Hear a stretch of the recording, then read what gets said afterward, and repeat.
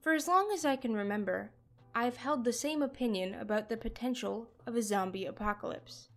My thinking has always been that A, we don't have anything to worry about, and B, even if we did and there was a zombie apocalypse, we should just give ourselves over to the zombies. Then we would all be zombies and there really wouldn't be an apocalypse.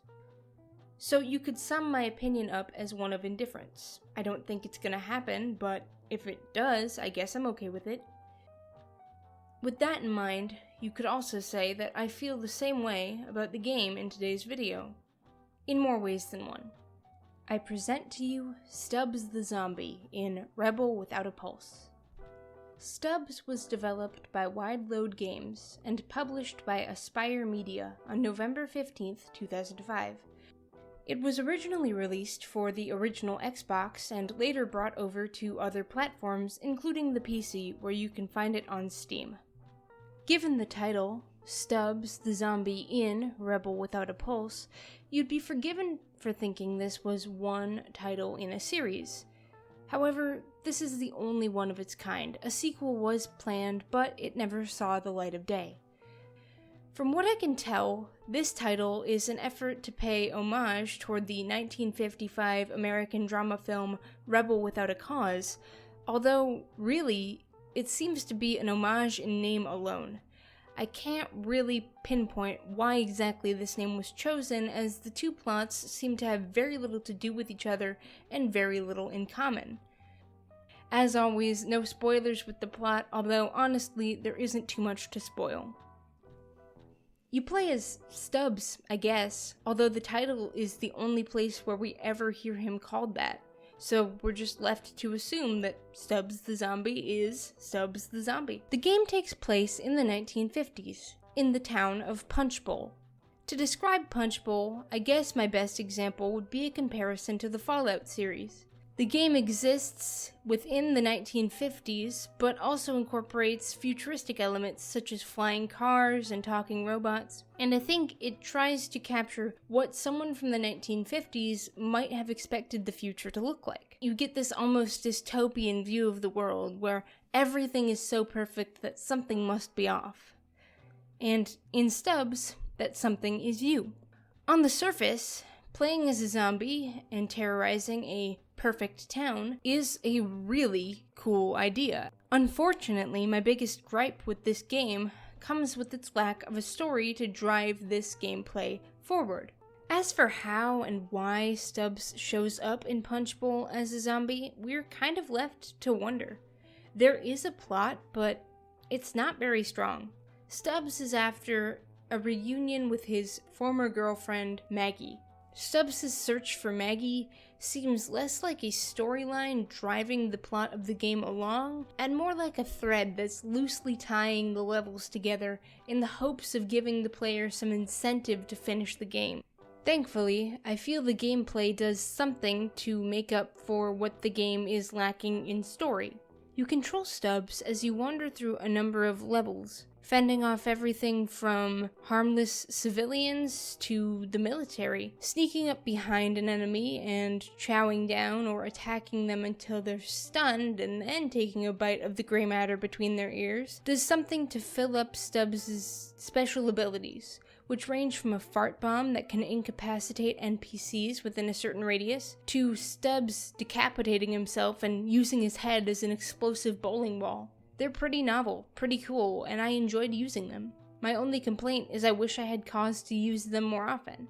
For example, you may occasionally be presented with a vent or another small space where it's useful for Stubbs to detach his hand and control it remotely, but such specific instances are very rare, and if you're going to use the remote-controlled hands, odds are it's going to be crawling through an open space filled with enemies that you could just as easily navigate with Stubbs intact.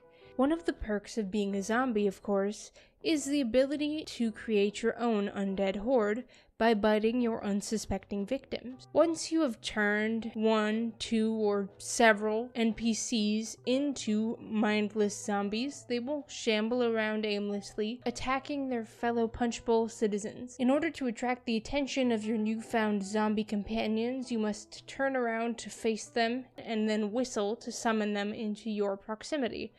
Unfortunately, either because they're zombies or due to the limitations of the game, your zombie army doesn't do very well when it comes to following you around the map. They will often get lost or stuck on the terrain, or sometimes just stop showing up altogether. As you might expect in a game about zombies, the humor is pretty crude and is often zombie-based.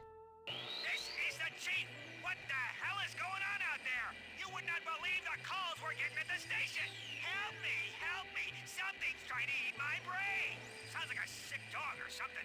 You boys better lock things down pronto. Mr. Monday wants everything perfect today.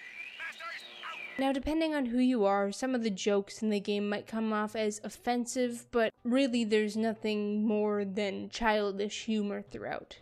Part of the problem with the humor in Stubbs stems from the fact that many of the jokes just aren't funny. While I wasn't bored by any means, I certainly wouldn't consider this a laugh-out-loud funny game. I think I laughed once or maybe twice throughout my playthrough, which spanned about 10 hours. That isn't to say the humor is awful by any means, it just isn't my cup of tea. So if you are a fan of crude humor and zombie jokes, then this sort of game might be right up your alley. Nothing about this game was bad, it was just average. I have no major complaints or concerns about anything that the developers would need to fix in order for this game to be playable or even enjoyable. It is both of those things, it's just not really for me. Now, one thing I found while I was recording video for this game was an Easter egg with developer commentary.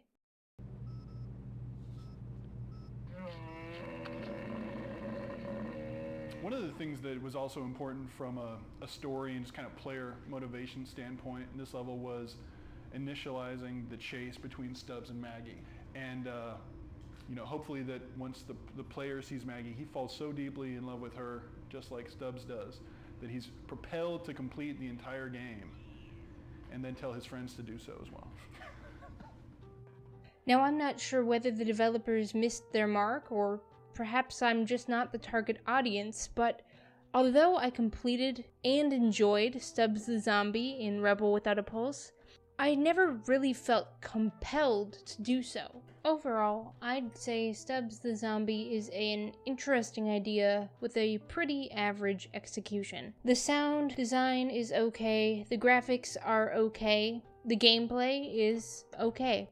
I will give credit where credit is due, in that Stubbs the Zombie in Rebel Without a Pulse provides a unique, if short, experience that I don't think you'll find anywhere else. So if you're looking for a game where you get to play as a zombie, then Stubbs the Zombie in Rebel Without a Pulse is a no-brainer.